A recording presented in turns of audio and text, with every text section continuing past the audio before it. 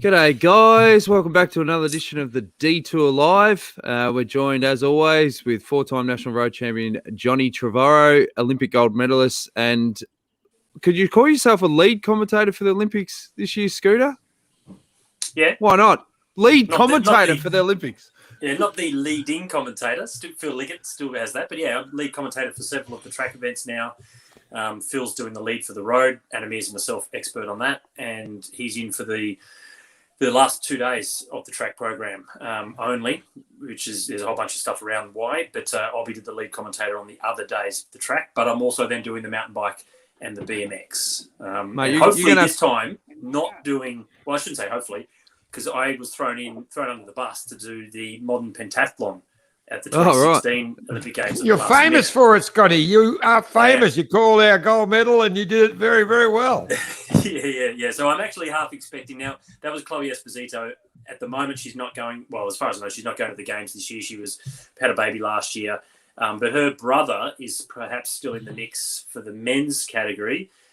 And I'm just waiting for Seven, if there's a potential for a medal, for him to just say, oh, by the way, can you go and do that as well? So I'm going to do a little bit of research just in case.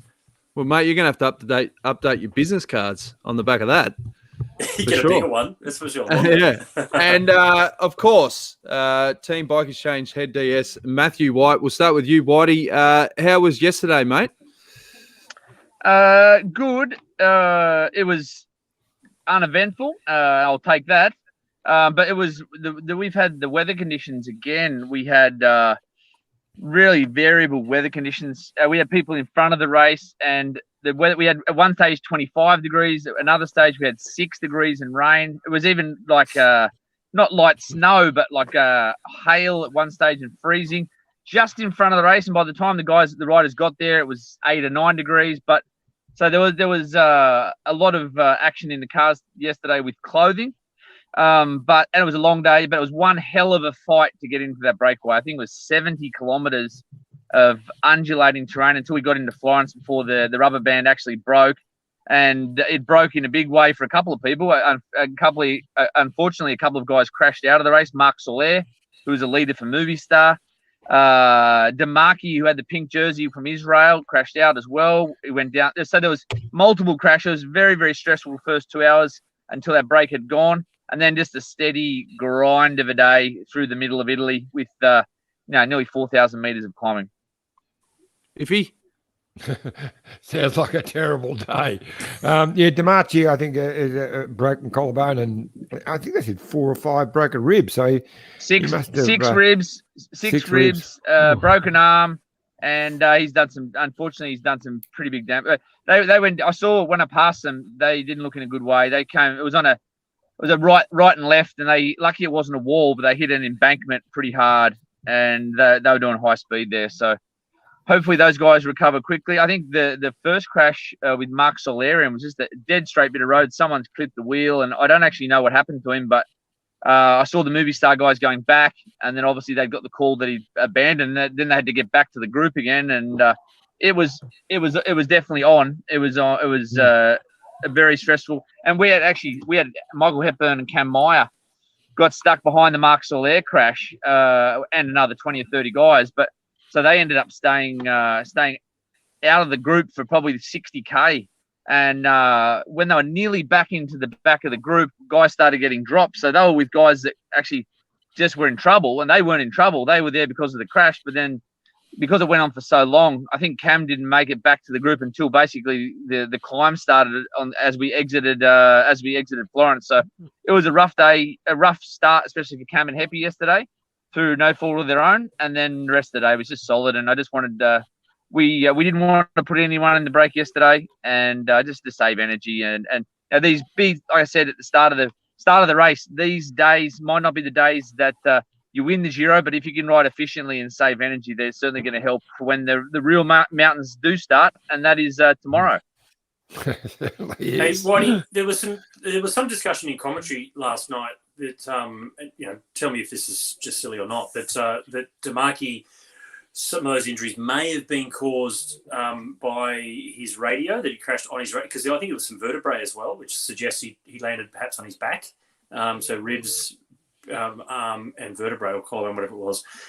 Do Do you know if that's true, or do you think is that something that actually gets discussed? Because you can see when obviously when we're watching the racing, you can see the how prominent the radios are, underneath the jersey in the middle of the back. And if you were to land on it, yeah, sure, it's going to be a challenge. Is that a topic that gets brought up? Look, when I'm in the car, I deliberately turn the volume of the commentators off for a reason. But I haven't spoken to anyone from Israel. But it is definitely possible. I know in one instance with one of my riders when I was with Garmin that if you do land awkwardly on the radio, it certainly doesn't help the situation. And back in 2009, we had these new little radios, but they were a lot smaller and they were more like a little box.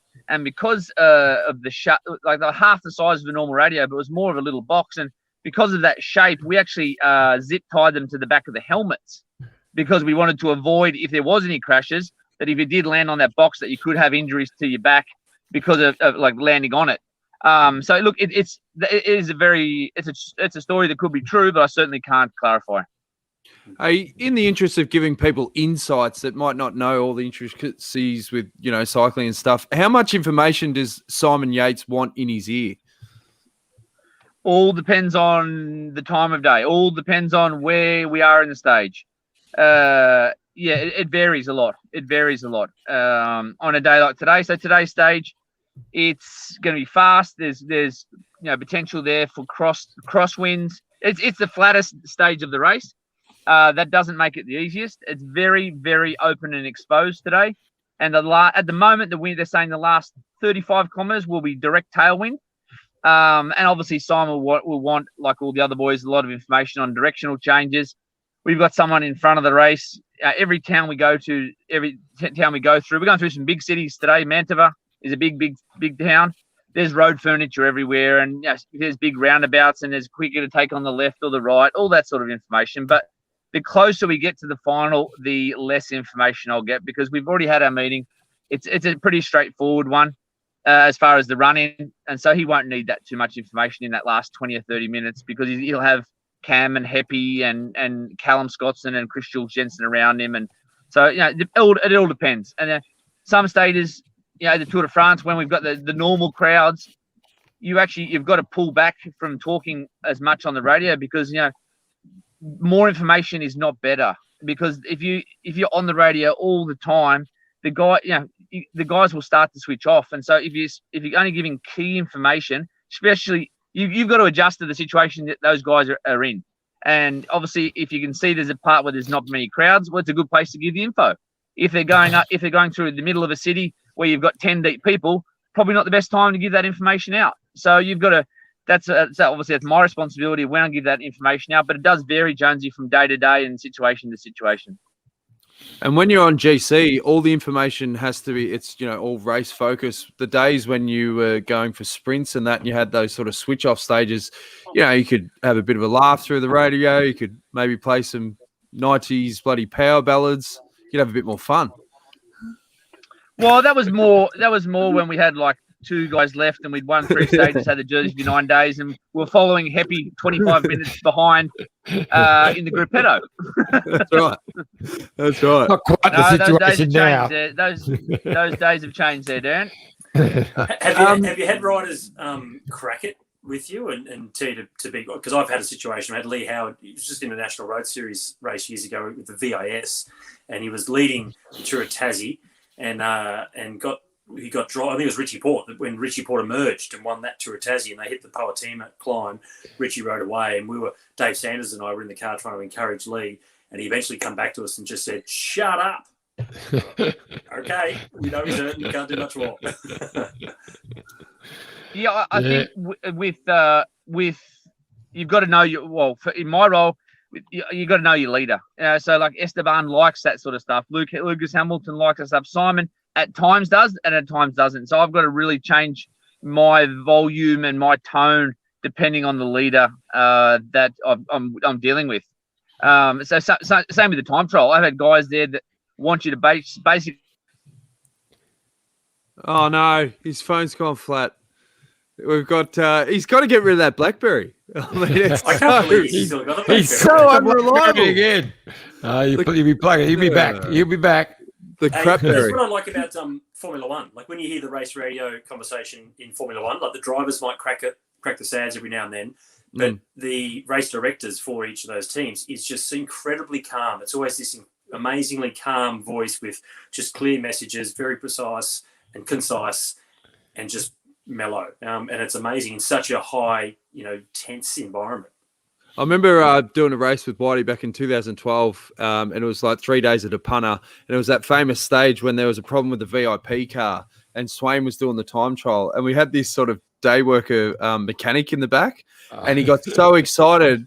Even when Swain jumped out, he stuck his head out the window, was banging the side of the car, going, "Come on, Swain, come on!" And after the VIP incident, Whitey just had to turn behind and say, "Mate, could you just shut the hell up?" Like, it's not working. There's no point where Swain's on the bars and he hears that and he goes, "Oh, I might have to go a bit harder," because the mechanic who's banging the door, let's go. Yeah. That's the difference.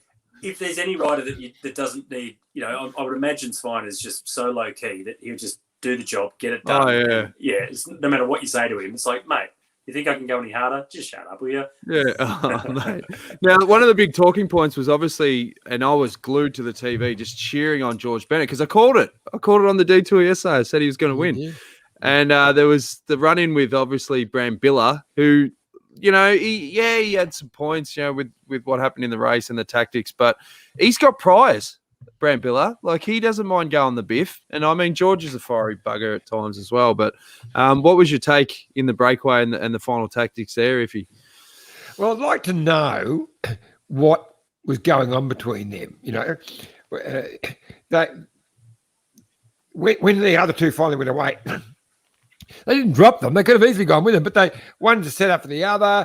Brambilla finally started to try and close the gap, and then Whitey's back, and then he swung up. George didn't go through, so the pair of them were as bad as each other. I don't know what the blue was about, but they threw away an opportunity to win a stage. Whitey, we were just talking then about there was a bit of biff with George Bennet and Brambilla in the final there, and the tactics. I mean, it was frustrating to watch at times because given George Bennet had to drop those guys before the final climb, we can't really understand, what was going on there because he wasn't going to win the sprint. Yeah, I don't know. Like I said, when I did have television yesterday, I don't have the commentary on, but I looked at the replay last night just because I wanted to suss out a few things that he was doing. Sorry, mate, can you just turn the aircon down a bit? She's blowing into the microphone. That's right. I had to turn the AC on because my BlackBerry was starting to overheat, mate. Again. It's all happening. Sorry, back to the tactics.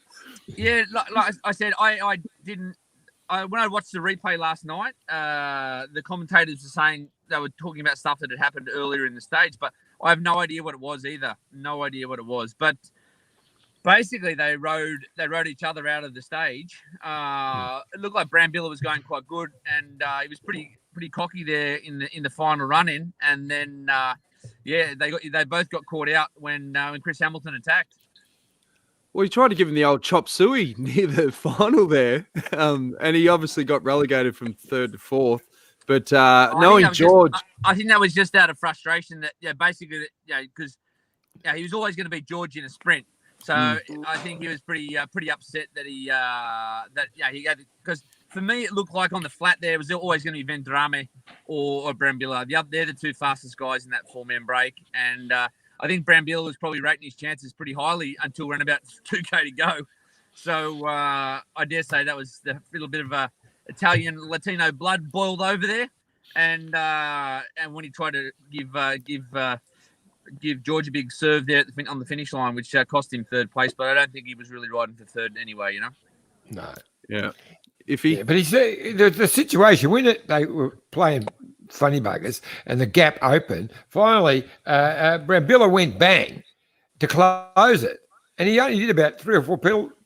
He could have just jumped across and he swung over. I don't know why he just closed the gap. Yeah, it was like, what did he think George was going to come crashing over the top and close it for him? I have no idea. It was a strange one. But in the end, neither of them had the chance to sprint for the win. Yeah. Now, one of the GC riders that had a bit of a dip there in the final, and to be careful of is the Shack Nibley. I don't think. What did you get? 15 seconds in the end, or 7, I think. 7 or 8. Yeah, right.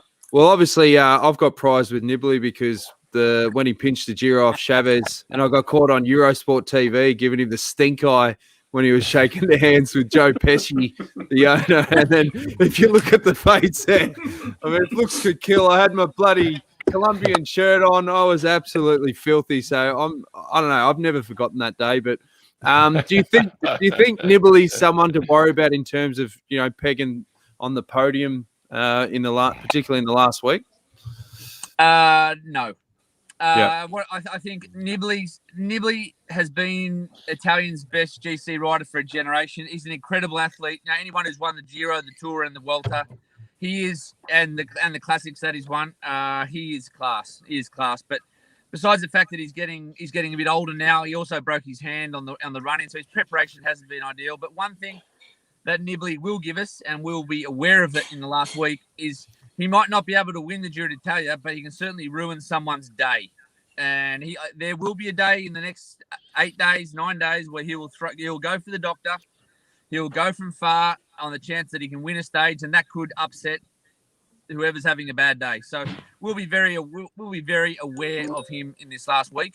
Like I said, he's a class act, and he's always solid in the third week, and so he's a danger guy. But for the podium, I think it's a pretty long shot.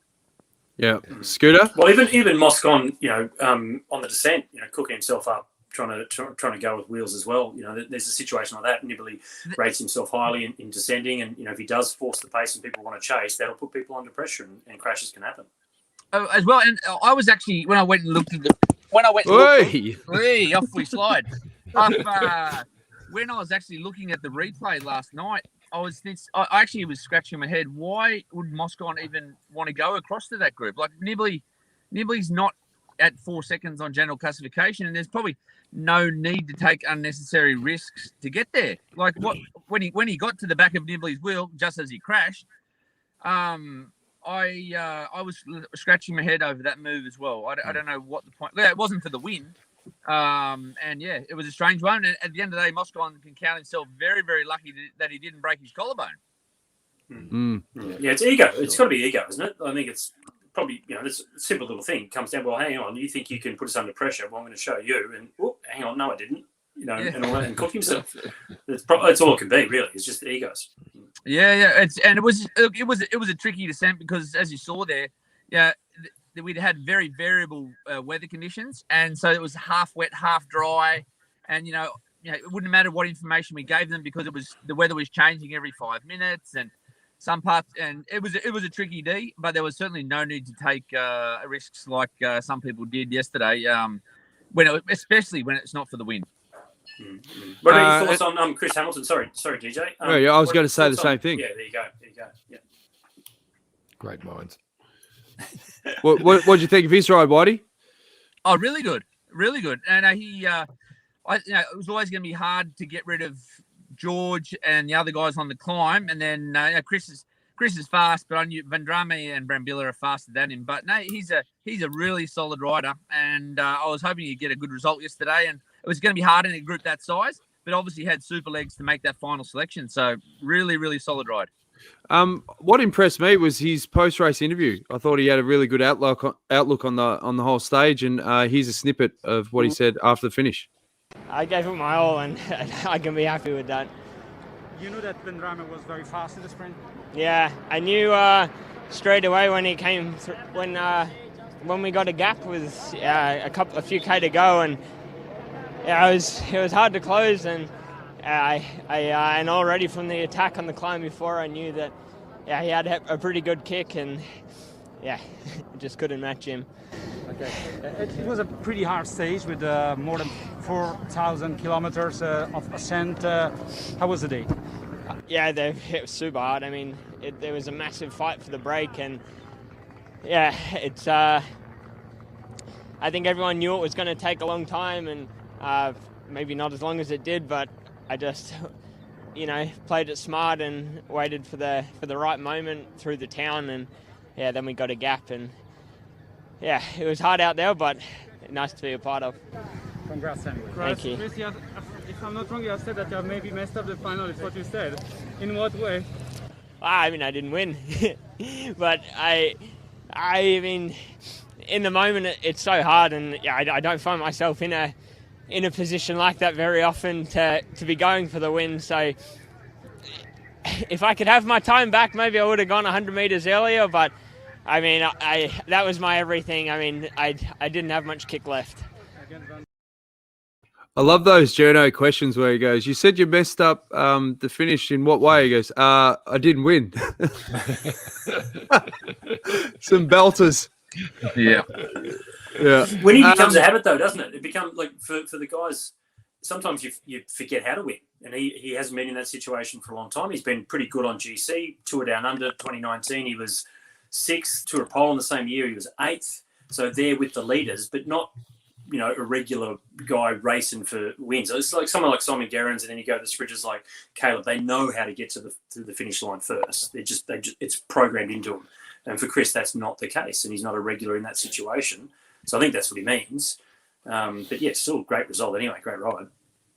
And Whitey, what can you tell us about the winner, Andrea Vendram? Yeah, Vendrame. So he was for this year. He ran 4th in the first stage of Tirreno Adriatico. So he's got a kick on him. Like he was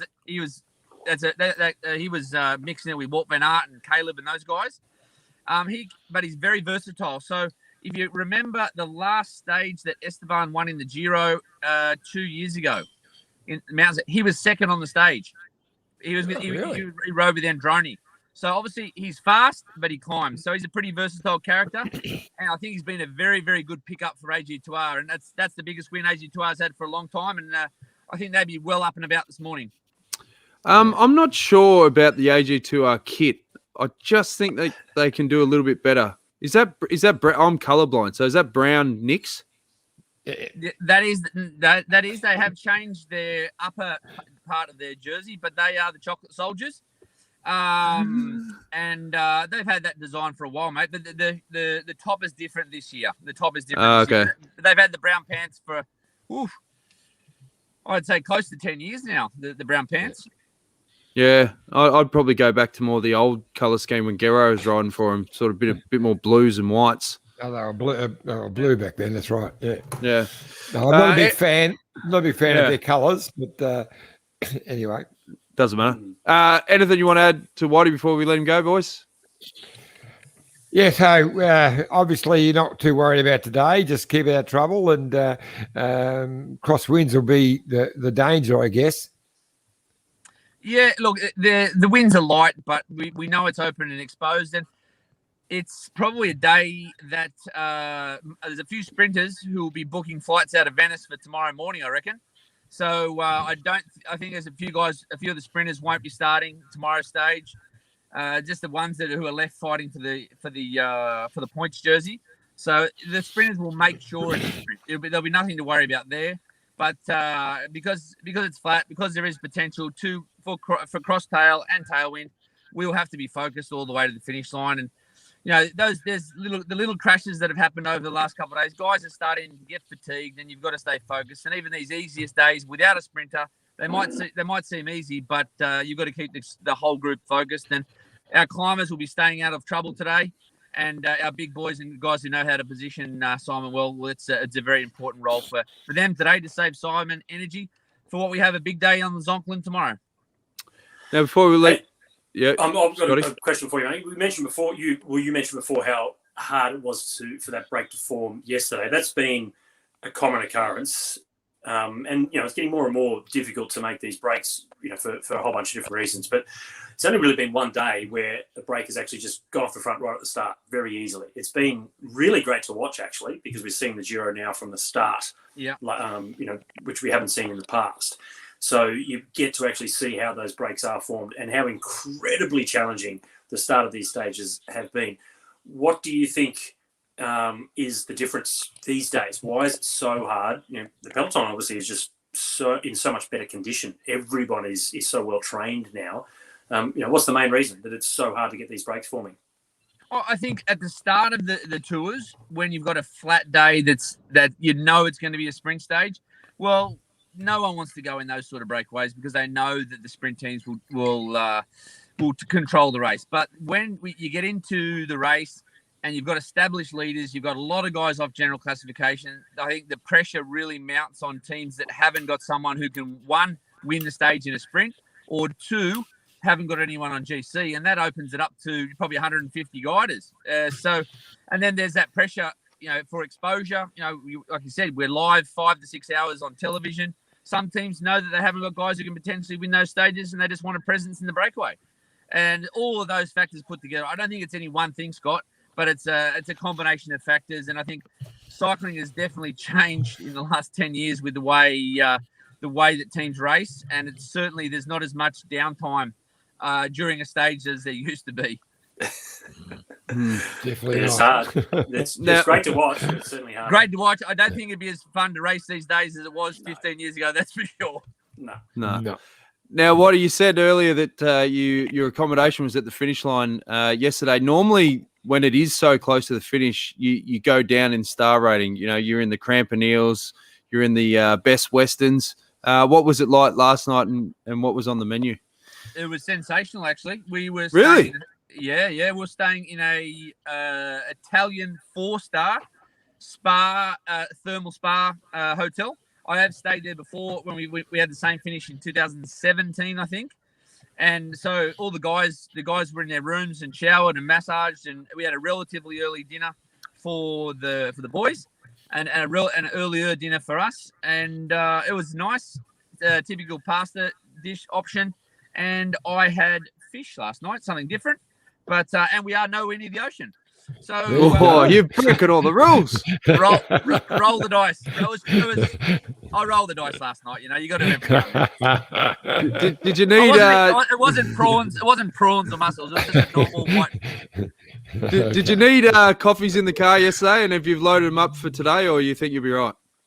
I was a Boy Scout, Dan, so I am prepared. I've got always 2 Red Bulls. I don't use them every day, but I always have 2 Red Bulls today. I think once the break today. Yesterday was a long stage, and as you know, Jonesy, I'm not a big sleeper on these races, and I had Macca driving me yesterday, and we come down one of the long descents, and I was holding on up here, and I think just the rocking of the car started to put me. I started to go, and Macca's looked over at me.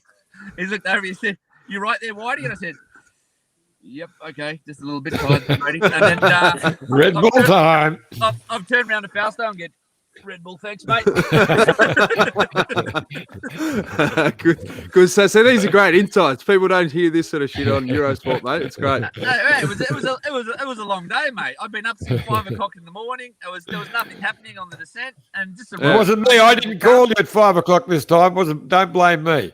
No, I was up working, mate. I work better in the mornings than at night time. I can't switch back on after a stage, and I'm always up early getting everything prepared for the day. And I just went through a bit of a bad patch, but nothing a Red Bull won't fix.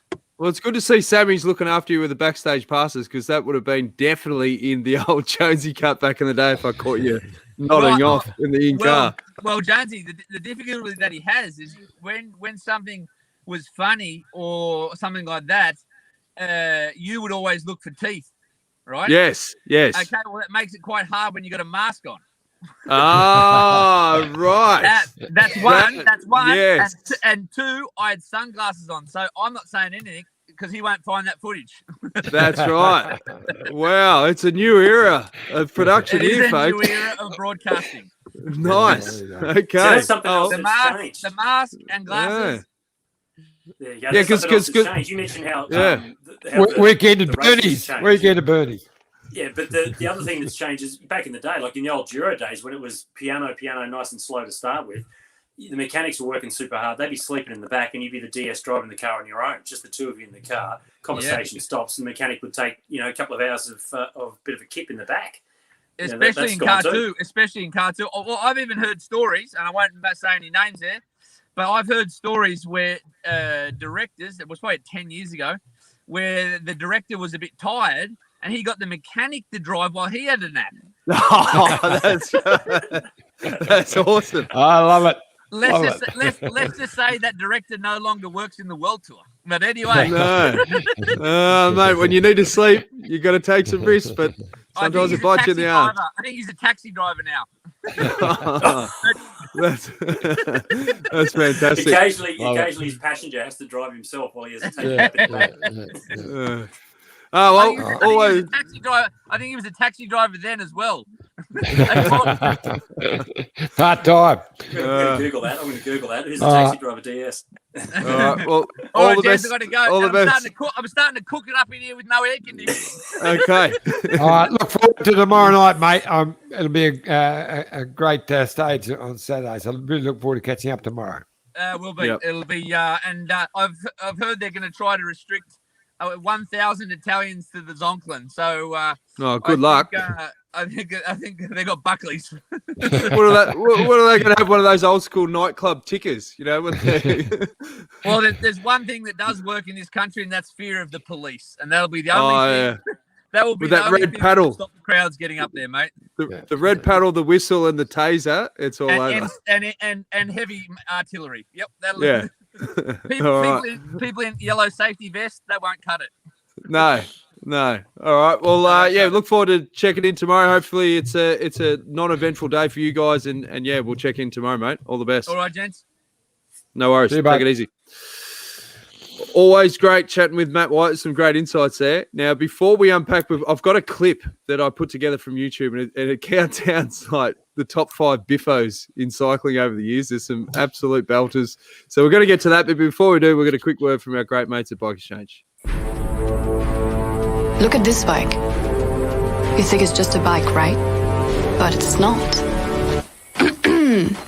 It's a bike 374 people are looking at. This guy, this girl, them, all looking at it. People from here, there, and wherever this is. People that are looking for a bike. Or just a piece of it. Amateurs, semi-amateurs, and pro-amateurs. This guy wants this bike, but with this crank and these bars. This could be the perfect match. But not this one. This girl has a bike to sell, and thousands of people might purchase it. Eyes on Bikes help grow small businesses. His, hers, yours, and the latest data and insights help those businesses keep moving. We are the world's #1 bike marketplace, with over 500,000 products and 900 brands, where buyers and sellers are brought together in a place where a bike is never just a bike. Bike Exchange, where the world buys, sells, learns, and rides. Thanks again to our great mates at Bike Exchange. We've got a few comments coming in, of course. Always first, Wendy Superfan. Hi, Dan, John, Scott, and Matt. Loving Matt's input every day. Keep up the good work. Rocky Bucket says, love your chat, fellas. Samantha says, Chris Hamilton was so ace last night. Paddy says, how's it, Vendrame? Vendrame. Yeah. Yeah. Former Tro Bro Leon winner backed himself for the win. Wow. Would have got juicy odds for that. Great Device says, AG2R kit looks hot, I reckon. Going to be a classic. Not sure about that. Maybe if you live on a diet of seafood pizza. Gilbert says, classic AG2R. Maron Jonesy, come on. Is it? Huh. I think he's saying you're a moron, but I'm not sure. Yeah. And Red Bull on tap. And we've got one from Mr. Madrigal. Says, enjoying the good banter, Jets, great fun. So thanks for tuning in, lads. I reckon it's a good time to show this video that I had, because we're talking obviously with Bennet and Brambilla earlier. So hang on, I'll just cue this up with this technology. And this is a highlight, because Scooter, you made a good point. You said, why don't we show the Beretta fight from back in the day, because that's obviously what drops to mind. Wie haben Sie den Sprint gesehen? So this is one after the finish. I don't know which race this was, but sorry for the language. But that was obviously after the finish. This is a classic, fellas. Renshaw, Julian Dean. The headbutt. We covered that the other week. And that was a classic, because obviously Renshaw got taken off the race. And then there's a couple of good old school ones from, I think there's one coming up from the 80s. with the Badger. Obviously, Cavendish went on to win the stage there. He didn't get relegated because obviously that was all Renshaw. This is it. You remember this footage, Jiffy? Protest. This is the protest. It was like the logging industry workers or something like that, I think, Johnny. Yeah. And they blockaded the tour, and Hino just went, not me, buddy, straight in there. That was Phil in the background thinking, what the heck's going on with these mad French guys? Yeah, it was a fair right bloody haymaker from the Badger. Oh, yeah, now, this it came from all the way back. Now look at this one. The Cofidis guy chops for the intermediate sprint. He sees him, chops him, and then gives him a don't argue. How dare he come past? Yeah. Yeah. And then he goes on with it. And then I think you were saying to him after the finish, you and me, after the finish. Now that could have been that 75 who he is there might not have been working with him. He might have been sitting on too much. Now this is Brambilla. He's got priors. He's a fiery Italian, man. That's what I think we saw yesterday. But George is not going to back down, is he? Which he didn't yesterday. So No. And then this is when they kicked. Was this the Giro? They kicked him out. And this is when the commissaires came up to Brambilla and said, "That's it, mate. You're done. You finished. You're out." Why? What'd they do? Oh, I only connected 4 jabs. Yeah, just brushed him. That's Lars Boom. He makes a number of appearances. Yeah, hence the name. Have you seen this one? Boom's Lopez? just his nickname. Lopez? Yeah. In the Spectator. What started that one? Well, he knocked him off. Over. Yeah, the Spectator knocked him off. Here's Rui Costa. We were at the finish that day, remember, Scooter?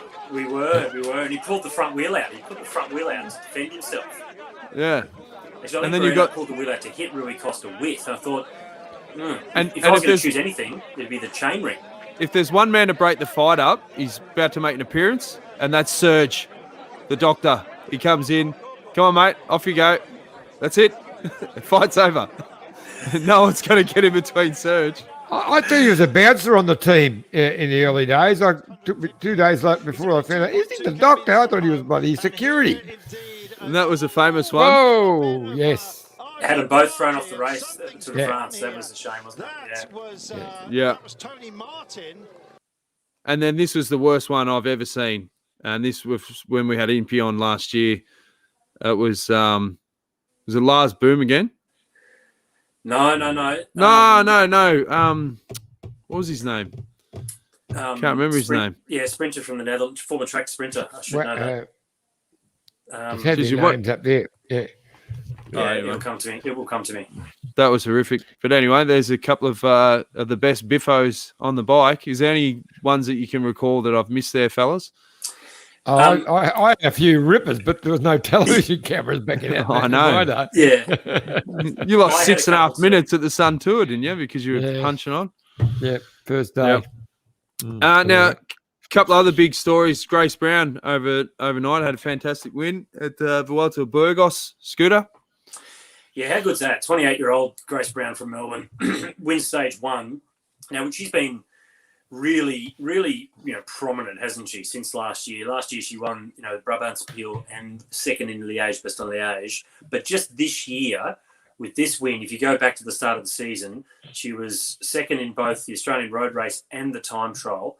Then she's had another win, a second, a third, a fourth. So she was second at Nokera. She was third at Ronde van Vlaanderen, fourth at the Navarro Classic, and then now this win in Burgos. Going from strength to strength. What people may not understand about Grace is she came to the sport from athletics. So she's come to the sport fairly late. So you look at the age of 28, and you think, you know what, she's actually riding like she's a 23, 24-year-old because she did come to the sport late and made that transition. Exactly. So she's got a big future still to come, depending on how long she wants to go. But, the challenge with a lot of the women is they're not getting paid the same as the men, so their careers aren't quite as long. But the way Grace is riding, you give her another, 5, 6, 7 years if she wants to. She's just going to get better and better. I reckon what she's going to be great for the Olympics. I reckon she will be put up a big ride in the Olympics. Yeah. What I like about her is she has a crack. Like, she's not reactive. Like, the wins that she's having, she's attacking early. She's just going and backing herself. And, you watch some of the races, even last night with the men, you're getting frustrated going, just back yourself. Just have a crack. Like, roll the dice. Yeah. And this is coming from someone that doesn't ride a bike, so that makes people legit. I don't know why Team Bike Exchange didn't put her in Liège. I mean, she went second in the damn thing last year. And you were meant to get her a spot, John. You were meant to pull some fittings and you couldn't do it. So that's on you, talk. Mate. I am all talk, mate. They don't listen to the mascot. Have you mentioned her parents? Have you mentioned what her parents and where they live? Well, they were a Colac family and Camperdown. Yeah, he was the doctor in Camperdown. They live on Thursday Island, in charge of that's right. all of the the medical facilities on Thursday Island for all of the islanders and Indigenous for that region up in the northern part of Australia. Yeah, that's awesome. And another story. What Scooter was Lauren Kitchen. So she announced her retirement. Yeah, announced her retirement today at the age of 30. And this is what I was sort of alluding to, I guess, is, Lauren has been a regular rider, strong, very good over the years. She's been a national champion, under 23s a couple of times in the criterium, elites as well, twice second at the national road championships, with some good results throughout the years, and also under 23 time trial champion of Australia back in the day. But the career longevity for the women just isn't the same for the men due to the fact that she understands she needs to get the rest of her life sorted because she's not getting enough money out of this sport. So that's the big challenge that we have in women's cycling. But regardless of all of that, we do certainly wish her all the best. She's been a great asset for Australian cycling and really wish her all the best for whatever the career path is she goes into next. Yep. Iffy. And Johnny, this is the best result she's ever had. Was in 2008. She won a stage of the Bay Crits. Yeah, she's a legend. Yeah, top young lady. Exactly right. It's always a shame when you see them retiring at such a young age. But the good thing, the sport is changing rapidly. I mean, I think there's 3 teams now that are offering their women's riders the same basic wage as the guys. Bike Exchange being one. I think Movistar might have even been the first, and one other, I think, are doing that, which is brilliant, and that will become the norm very soon by the sounds of it. And their prize money is going to lift. Women's Tour de France coming back. It's exciting times for women's cycling. We're 43 minutes into the show. I probably should have told you, I don't know, 42 and a half minutes ago. Can you tilt your camera down a little bit, John? You look like Dickie Nee. That's it. Dickie Nee. You've had a good day, John. You caught up with the Van Sank today?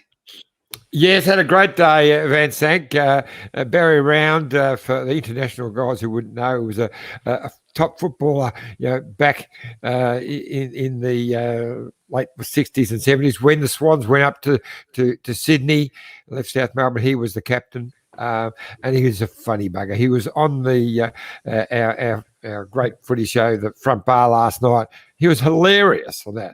Anyway, he told quite a few stories, quite a few Biffo type stories today at the Van Sank. And then, of course, Sam Kekovich talked about this long trip up to Charleville races recently, which was hilarious as well.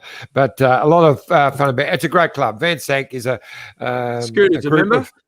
group of old. Yeah, Scooter's a member. Well, I think he's been kicked off now because he never comes, but never comes along. But no, they never sack Van Sankers or wankers, as they call it, the Van Sanker. But so it's 60 years old this year, the Van Sankers. Van Sank being French for 25. So 25 mainly footballers who used to meet on a Friday and get pissed.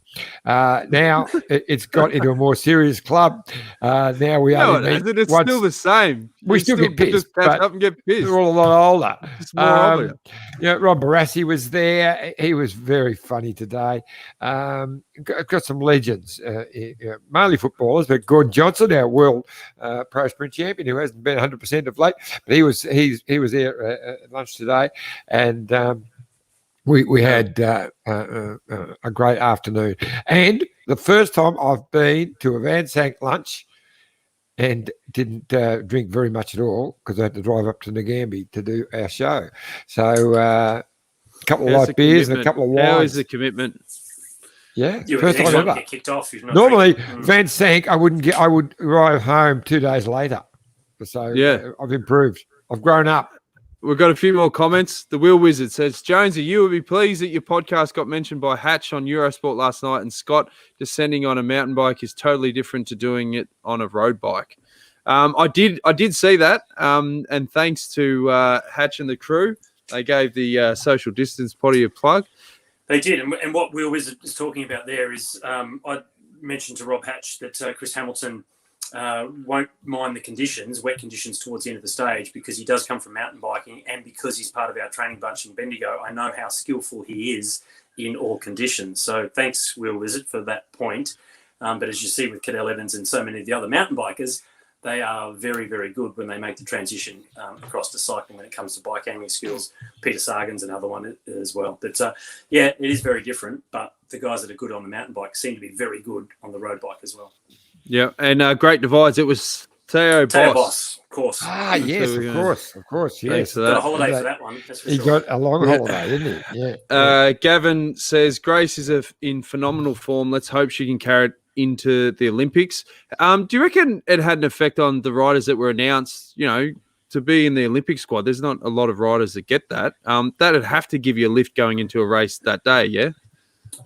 Well, so with Grace, yeah, for sure. But Grace also knew that she was doing that. So the announcement wasn't a surprise to the riders that were picked, put it that way. So they knew ahead of time that was. Yeah, but you get smashed with messages from people going, "Congrats, that's awesome, you're going to kill it," and then you're obviously up and about. Yeah, absolutely. Yeah, it doesn't take much, and to increase your motivation and as you said, Grace is one that has a go. She, that was a flatter stage, and she got off the front and still come away with the win. And now she's in the overall lead of that race, and you'd expect her to still be there, perhaps over the next couple of stages. Some big riders there that are perhaps better climbers than her, but she might be able to take this all the way through. And look, the Olympics themselves, it's a different style of race. It's a hard race. It's a hilly race, but it's still a one-day race, which we know Gracie's really good at, with the results at Liège and Flanders and Brabantse-Pijl, she's certainly going to be one of the favourites going into it. And we have Amanda Spratt as our other, better climber, supposedly. So, we're in pretty good position with those two great riders going into the games. And Annette Miller says, Grace is riding with increasing confidence, also impressed with her teamwork at Durango. Yeah, she's great. Yeah, and that's one of the things that she's learnt as well. She had to, there have been, Michael Woods is another former runner that's come across to cycling, and one of the things he struggled with was the skill level. Talking about descending before, and Michael Woods has been well known as a terrible descender, and they get to the top of any climb, and most of the good guys that are behind Michael jump in front of him before the descent. That has changed a little bit over the last season or two, but Grace is one that has adapted really well. And anyone that might have a great physiology, make the transition to cycling, do a good time trial, a good hilltop finish somewhere, you think, wow, they could really go on with it. And then sometimes they don't, because they just don't adjust as quickly as they need to save energy when they need to within races. And Grace is someone that has actually done that, which means, there is so much more growth still to come, because she can save energy when she needs to. She's not scared. She knows how to descend. She knows how to position herself. So, yeah, it's great. You'll like this one, Johnny. Free Ranger says, racing has changed. No chance of Bernard relaxing by the pool and being mistaken for the mechanic. You want to explain that story, John, quickly, for those that don't know? Yeah, we were at the Tour of Mexico back in our amateur days, and we arrived in Puerto Vallarta, which is the place where the Love Boat used to dock, and we're in this magnificent hotel, and the boys are all around the pool, and I'm laying out in the lilo with a fag going in a can, and the Italian team walked in and they started talking to the boys, and one of the Italian riders said, I think it was Clyde Sefton, hey, your mechanic, he has a good time. He said, that's not our mechanic, that's the Australian road champion. How many times do you reckon you've told that story? I reckon it have to be in the thousands now. Probably. Yeah. And that's good stuff. Was that the same year as Merckx that you went to? Yeah. So we'd ridden the Olympics. come home. Lisa was just born. She was only I could come home and my first born when she was a week old. I was only around for a few days. We went to Tassie, the Tour of Tassie. Then I got picked for the Amateur Tour of Mexico. So I said, I'm going to Mexico. Wasn't very popular. And then we got over there and a few of us got eliminated in the high mountains on the first day. And then Donnie Allen, myself, Clyde Sefton and Mike Neal, American, we went right across Mexico to get back to Mexico City, and we watched Eddie Merckx break the hour record in 1972. And you got smashed into him, yeah. I hit him in the head with the camera. That's right. Yep. Great stories. And he remembers it. He rubbed his head. Yeah. All right, fellas, before we go, predictions for stage number 13. Start with you, Scotty.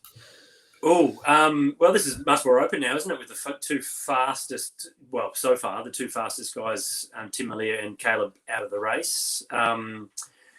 So, yeah, it comes down to a mix of them, isn't it? It's Groenewegen and it's, Ken Peter Sagan with the confidence of winning a stage. He hasn't been the absolute purest speedster at the Giro, but, he's so classy that he might still be in the mix. Chimale's right there as well. Look, what about Gaviria?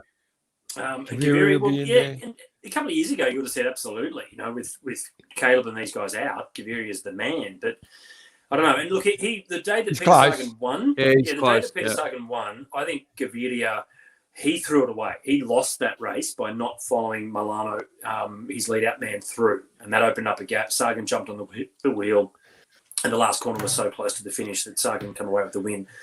So I think if Gaviria went round the last corner first, he probably would have got the win ahead of Sagan. So, yeah, look, it's I don't know. I'll say, all right, I'm going to say Gaviria. I was just thinking with my tip yesterday, if you back George Bennet for the place, you would have got your money. Yep. Because he got the relegation. So that does make a big difference when it comes to the punt, folks. So tomorrow, can Nizzolo make it 12? Oh, actually, I hope so. Yeah, that would be... No, not. No, I hope it doesn't make it 12. Can he make it 12 second places? Yeah, Viviani. 11 second places. Well, Viviani is actually my pick. I think he's actually starting to look much better. He's in the mix. Made a couple of mistakes in there, but he's actually going quicker. And he's my pick. All right, I'm going to change. I'm going to go off Gaviria. I'm going to jump on Nizzolo. You're on Viviani. How about you, DJ? Gaviria. All right, okay, we've got all three covered. One of those three. Yeah, so Sagan will Groenewegen. No. Not that one enough. Yeah. No. Hey, Whitey was talking. The win yesterday. I was so rapt to see Chris Hamilton in second place. He is part of the Bendigo training bunch. We do know that. Yeah, so we mentioned that several times. So that's great. And there's a Facebook group chat for the Bendigo Saturday bunch ride. So the Bendigo Sevens goes out at 7 o'clock in the morning. And everyone's just been jumping on since last night, just congratulating him, and Chris has come back and forth. And one of the guys that's in our group, Connor Sens, one of the young fellas, is racing in Italy at the moment in the under-23s. And he went to that particular stage and filmed Chris coming past before the finish, so a few Ks, maybe 5-6 Ks to go, and yelled out to Chris. And Chris mentioned in this chat this morning, he said, "Oh yeah, I heard that Aussie voice. I was wondering who the bloody hell it was." That's awesome. Just great little interaction within the community that I know will inspire the next 13, 14, 15, 16-year-old kids that are coming through that training group. And Bendigo, look, I don't live there anymore. I'm there often, but I don't live there anymore. But it's such a strong cycling community, and it's guys like Chris still interacting with the local guys, coming back and training in the local bunches that inspires the next kids that come through, and it just success breeds success. And that big step that John, you would have had it, I've had it. It seemed that Europe was so far away, and the Europeans, the Italians and the French and the Belgians were superhuman.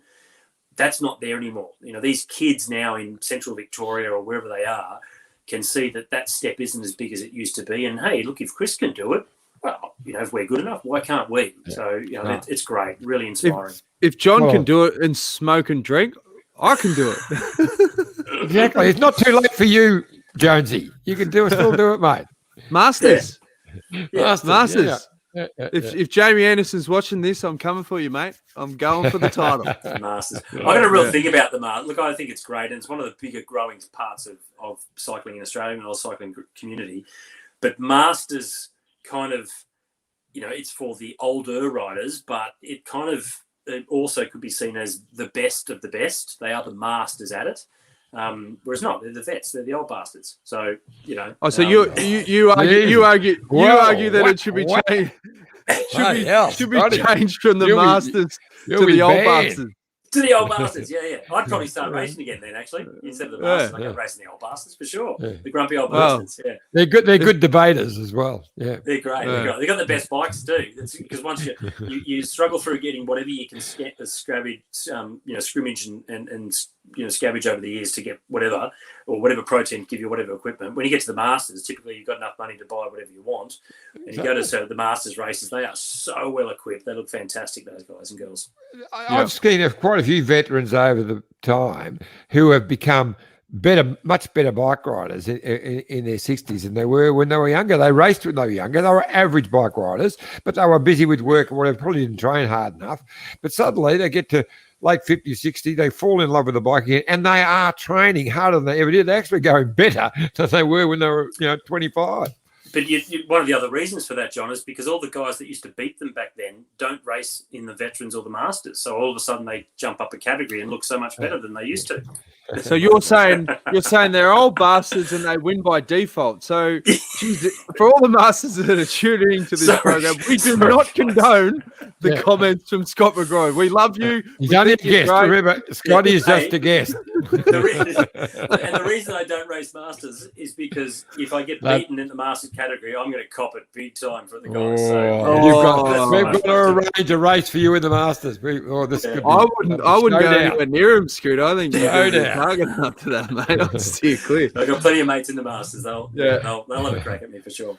All right, fellas. Well, it's been another great episode, and tomorrow's going to be a monster day. It's going to really light things up, so we're looking forward to that. So thanks again for all your support for the show. Remember to tell your mates, get on YouTube /the Detour Podcast. If you're listening on Apple iTunes, give us a rating. Hopefully 5 stars. If you're a Masters, give us 1 star. And that's Scotty's. Oh, give 5 stars for you guys. Give me 1 star. Yeah, but no, it's been a lot of fun. And thanks again to Matt White for all his support for the podcast, particularly his insights have been fantastic. So look forward to checking in with him tomorrow. Thanks, Scotty. Thanks, Iffy. And we'll see you again tomorrow. Cheers.